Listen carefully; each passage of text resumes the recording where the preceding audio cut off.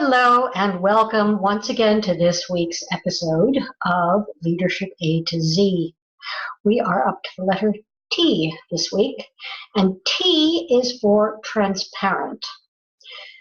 There are going to be times when you cannot tell people on your team what is going on. There are going to be times when you are privy to information that can't be shared for any number of reasons. It could be that something is happening where letting the word out too soon would be a really bad thing. It could be, for instance, I hate to say it, but if there are layoffs coming up, or if there's a merger or an acquisition or something like that, there are often reasons, legal reasons even, why things can't be told too early. There are also often strategic reasons. We talked last week about strategy. There are sometimes strategic reasons why a plan can't be released too soon. So, I could spend the entire time on this video explaining all the different reasons why you might not be able to be fully transparent at any point. But I'm not going to, because that isn't the point. You need to be aware of the times when you can't be fully transparent, but you also need to be informative. Sometimes it is possible to say, you know what, there is stuff going on, because the rumors will start even if everybody has kept their mouth shut. So the rumors do start.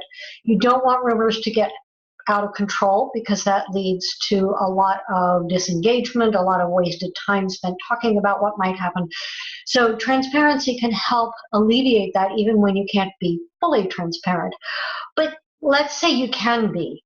It is never a good idea to hide or not take the time, not even necessarily hide, but to not take the time to let people know what's going on. People operate better when they have all the information. There's an article on my blog. You can look for it. You can search for it if you're interested in reading the whole thing, which I believe I called it "What's the Goal?"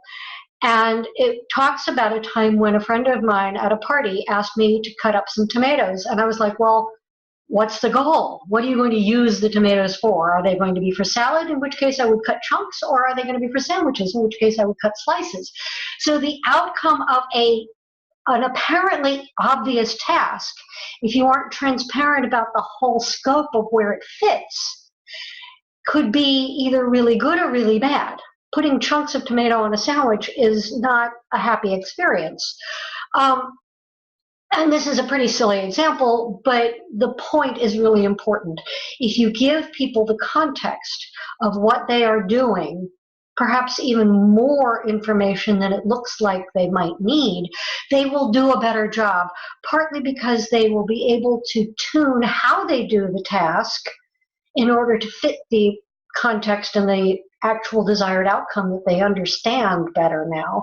And also because just as human beings, we like to know what's going on. We like to feel included. We like to feel as if what we're doing is important enough to know that full context, to be informed. So transparency, I could list any number of other reasons why it's important to be transparent. You know yourself from your own experience that when you feel like there are things that are hidden, it's not a comfortable feeling.